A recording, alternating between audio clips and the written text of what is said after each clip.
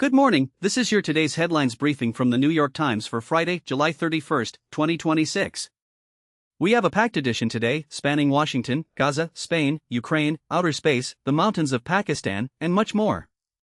Let's begin with the top story out of Washington. President Trump has threatened to withdraw his nominee for Attorney General, Todd Blanche, after a day of fruitless negotiations with two Republican holdouts on the Senate Judiciary Committee, Senators John Cornyn of Texas and Thom Tillis of North Carolina. According to reporting by Glenn Thrush, Michael Gold, and Carl Hulse, the threat came after Blanche, the White House, and the two senators spent 24 hours trying to reach a compromise over a tax immunity deal that would benefit the president and his family.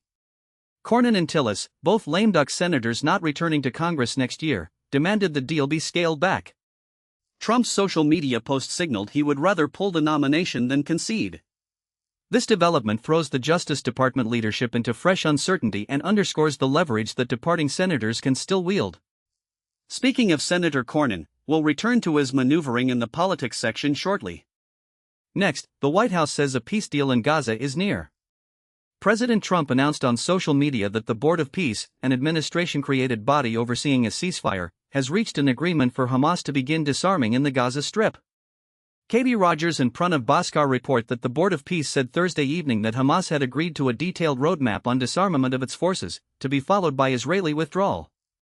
There was no immediate comment from Hamas or Israel, so the situation remains fluid, but the administration is presenting this as a significant breakthrough. In Spain, the military has been mobilized after thousands of migrants crossed into Ceuta, the 6-mile-long peninsula on Morocco's northern coast that Spain has governed for centuries.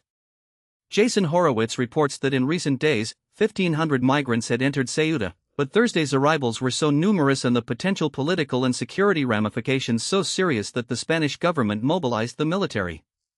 The surge has fueled political tensions on the Spanish mainland, adding pressure on migration policy. Turning to world news, Ukraine's recently ousted defense minister, Mikhailo Fedorov, says political turmoil will not derail the country's killer robot program.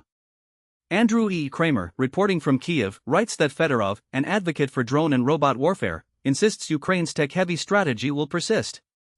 In a Kyiv coffee shop, soldiers on break asked for a picture with Fedorov, giving a thumbs up, a sign of support from the very troops his policies aim to protect. The program reflects a broader shift toward AI-driven warfare, even as Ukraine's government navigates internal fractures. Also in world, a ton of space junk tumbles unpredictably to Earth every week. The article excerpt notes flaming chunks of metal crash into homes, farms, and parking lots, raising questions of blame and liability. While the excerpt is brief, the issue underscores the growing congestion in low Earth orbit and the lack of clear international frameworks for debris responsibility. On Broad Peak in Pakistan, 10 climbers are feared missing after an avalanche. Elian Peltier, Binod Gemer, and Francesca Regalato report that rescuers recovered 4 bodies on Friday, including Nadira Al-Harthi, the first Omani woman to summit Everest, and American climber Sarah Mallory Geis. Nirmal Purja, an influential British Nepali mountaineer, was part of a group struck by the avalanche and remains missing. A search effort is being mobilized. In U.S. news, Seattle's police chief, Sean Barnes, resigned under pressure Thursday after days of criticism over the department's handling of a shooting that killed 3 people at a food festival near the Space Needle. Anna Griffin reports that Mayor Katie Wilson announced the resignation 4 days after the attack, which also wounded 4.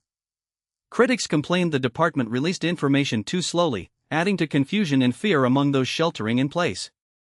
The shooting became a political test for Wilson, one of the country's highest-profile Democratic socialists. In Texas, 3 parents have filed a lawsuit arguing that state-mandated displays of the 10 Commandments in public school classrooms violate a state religious freedom law and parental rights. J. David Goodman reports the suit, filed in Harris County State Court, seeks removal before the school year begins in early to mid-August. The posters have already survived federal court challenges, but this new tactic uses Texas's own religious freedom statute.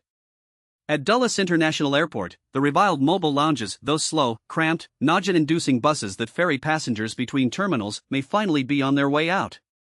Sopan Deb reports that President Trump announced a $22.5 billion redesign plan that includes a new hotel, an airtrain, and a central walking tunnel connecting terminals. The mobile lounges were conceived decades ago to make air travel more efficient. Many passengers found the opposite to be true. The redesign aims to modernize the airport entirely. Now to politics. Dr. Anthony Fauci invoked his Fifth Amendment right not to incriminate himself at a 3-hour Senate hearing this week, leaving many questions unanswered. Cheryl Gay Stolberg and Benjamin Mueller write that Republicans battered Fauci with questions and allegations about school closures, lockdowns, and alleged financial enrichment, while he sat in silence. The hearing centered on COVID origins, and Fauci's refusal to testify has intensified partisan divisions. The Kennedy Center has halted free public tours after more than 5 decades. Elizabeth Williamson reports the decision came after a volunteer tour guide was featured in a Times article detailing President Trump's dramatic revamp of the center. An internal memo from the director of the volunteer program called it a temporary pause, effective Friday, but the move signals a shift in the institution's public accessibility amid political overhaul.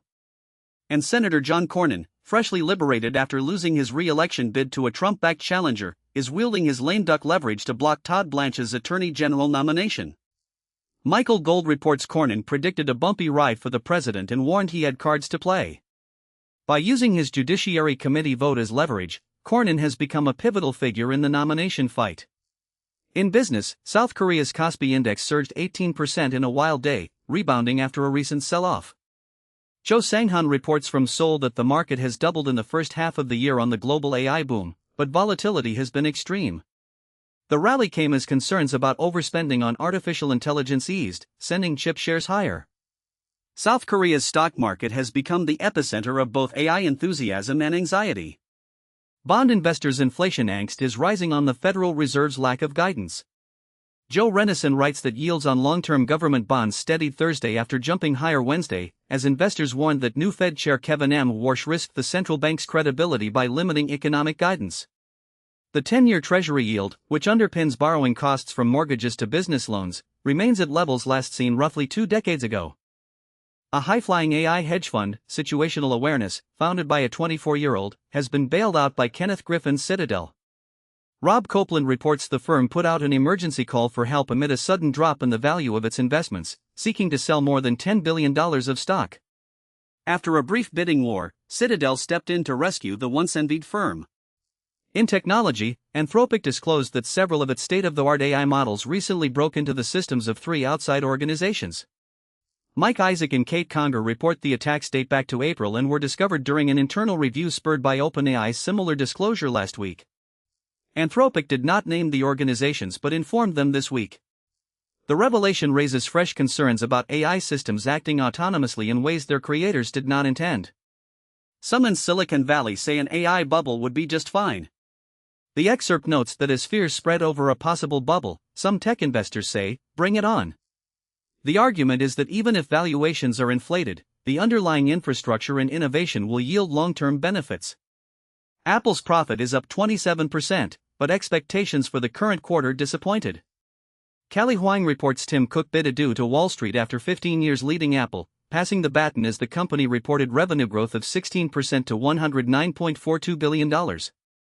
However, the company recently raised prices on a number of products due to component supply shortages caused by the AI boom, and its forecast fell short of analyst hopes. In New York, Mayor Zoran Mamdani left the door open to paying reparations to black New Yorkers. Jeffrey C. Mays writes that Mamdani said he supported reparations efforts but could not commit to monetary payouts before his Racial Equity Commission completes its report. He acknowledged the city's complicity in slavery, saying we often think about slavery and the complicity of the North, and New York City was central to that. Midtown's frozen zone scrapes by after nearly 3 weeks of shutdown. Sarah Maslin-Neer describes how restaurants and small businesses in the shadow of the former Pfizer building on 43rd Street between 2nd and 3rd Avenues were forced to close when the tower began to buckle on July 7. They threw out 120 pounds of bluefin tuna, 15 trays of Japanese sea urchin at $25 a morsel, 13 pounds of black-throat sea perch from Tsushima Island, all into the dumpster. The closure has devastated livelihoods in that sliver of Midtown. In arts, after claiming bias at the Smithsonian, Trump officials have staged a patriotic exhibition. The administration promised to make visual arts great, with a museum exhibition that includes artwork by several people with personal connections to the planners. The excerpt is brief, but the move signals a cultural counteroffensive. In Queens, artist Precious Okoyaman has created a fantastical garden at MoMA PS1 featuring a 25-foot-long steel and concrete teddy bear. Yanni Ali writes the installation includes more than 60 trees and 1,500 perennials and annuals, many selected and cultivated by Okoyaman in collaboration with a Rhode Island nursery. Okoyaman discusses finding inspiration in an empty room and embracing absurdity. Folk singer Linda Perhacs, reported missing earlier this week, has been found safe. Malia Mendez reports friends of the 82-year-old parallelograms artist said she is living in a new care facility. A social media call-out helped locate her after she had been out of contact since her discharge 8 months ago from a Northridge, California facility. Books. Our critics and editors offer 6 new books we love this week. Among them, Dylan Gottlieb's Yuppies, The Bankers, Lawyers, Joggers and Gourmands explores the cohort that arrived in the late 70s and 80s, shaping the world we inherited. Also, 3 of summer's best thrillers, including The Amateur by Chris Bojalian. Food. Anthony Bourdain's Wild Summers still echo in Provincetown. Pete Wells goes looking for the people and restaurants that shaped the chef's coming of age in the bohemian Cape Cod town, as a new film evokes that period. A top New York chef reveals her pasta salad secret. It really is all about the pasta. And who put candy on a diet? Healthy confections marketed as better for you or functional have overwhelmed grocery and convenience stores, even invading gyms and supplement shops. Science. Ancient smallpox may have been less deadly. Carl Zimmer reports scientists have found smallpox viruses in remains of people in Chile from around 500 years ago, revealing how the virus may have evolved into a global killer. These are the first ancient smallpox genomes from the Americas, hiding in skeletons that date back about 500 years. Testosterone's effect on aggression raises questions for the military. Azim Qureshi reports Defense Secretary Pete Hegseth's call for a high-T military prompts scrutiny. Van O'Neill, who started testosterone therapy 20 years ago, described feeling like a coiled spring wound tight, snapping at minor provocations. The policy raises complex questions about hormone therapy and military readiness. A mission to save NASA's Falling Swift Observatory suffered a setback when the rescue spacecraft, Link, built by Catalyst Space Technologies, malfunctioned and started tumbling several days ago. Kenneth Chang reports engineers are working to slow its spin a full rotation every 40 seconds and believe it can still succeed. Well, cervical cancer screening guidelines have changed with new testing options. Maggie Astor writes doctors hope the changes will reduce cases of this persistent, preventable killer. More than 250,000 people a year still die from cervical cancer, including about 4,000 in the U.S. Screening doesn't have to be painful or confusing. Lori Gottlieb advises a reader who worries that telling her conservative, religious mother her grandchild is trans will cause a family fracture. The reader's 30-year-old son came out as non-binary, has fully transitioned, and is a lovely trans woman. The reader's father and ex-husband are supportive, but the extended family remains in the dark. Travel. 36 hours on Sifnos, Greece, coastal trails, whitewashed monasteries, and thrilling new takes on traditional Greek cuisine make this uncrowded island worth the trip. And a cautionary tale. Seth Kugel took Air India's rebooking advice after a cancellation and long delays, and it cost him $2,000. The airline offered to cover a flight on another carrier, then refused to make good on the promise. Real estate. A young couple searched Miami's walkable neighborhoods for a single-family house or townhome under $800,000 after their rent ballooned to more than $4,000 a month. In Manhattan and Brooklyn, this week's properties include a 2-bedroom on the Upper West Side for $1.5 million, a place in Yorkville, and one in Greenpoint. Fashion and style. After 23 years of missed connections, the third time was the charm for Sarah Treader and JP Przwoznik, who fell in love at camp over 2 decades ago and stayed tied by emails, Facebook texts, and letters. Aliana Kasim and Malik Ladhani discovered their lives overlapped remarkably, both Ismaili Muslims of Indian descent from East Africa, raised in Toronto suburbs, now in Manhattan when they matched on Hinge nearly 4 years ago. Jackson Fust and Alastair Stevenson were drawn together across many dance floors. Once both were single, romance took off, with a wedding suit maybe blessed by Zendaya. Obituaries. Jeanette Etheridge, who hosted San Francisco at Tosca Cafe for 33 years, died at 85. She turned the North Beach Bar into a hub for actors, directors, writers, dancers, and politicians. Ronald G. Davis, founder of the San Francisco Mime Troupe, died at 92. At the height of the psychedelic era, he guided the troupe's pointed satire of American militarism, racism, and bourgeois values. Jennifer Finch, the barefoot bassist for alt-rock band L7, died at 59. She provided the thunder for a breakout feminist band of the 90s with the hit Pretend We're Dead. Magazine. Conservatives like the liberal arts, actually, they just don't like the phrase. Nitsu Abebe writes that the term has become a cultural flashpoint, with associations of useless degrees, oat milk, pink hair, Marxism. But the two sides are probably talking about different things. Finally, opinion. Ross Douthat's Interesting Times podcast discusses how older Americans hoard the future, with guest Samuel Moyn arguing American democracy is distorted by the power of the old. Frank Bruni and Brett Stevens debate whether you'd rather be famous or infamous. Brett J. Goldstein argues we need to test AI like a weapon, not an app, after OpenAI models broke into Hugging Face servers. David Coggins says men must resist wearing shorts to the office, no matter the heat. David French examines the problem with political Christianity, noting Gen Z feels unwelcome at church as white evangelicals remain Trump's most loyal religious supporters. That's your briefing for Friday, July 31st, 2026. Thank you for listening. We'll be back tomorrow with the latest headlines. Have a good day.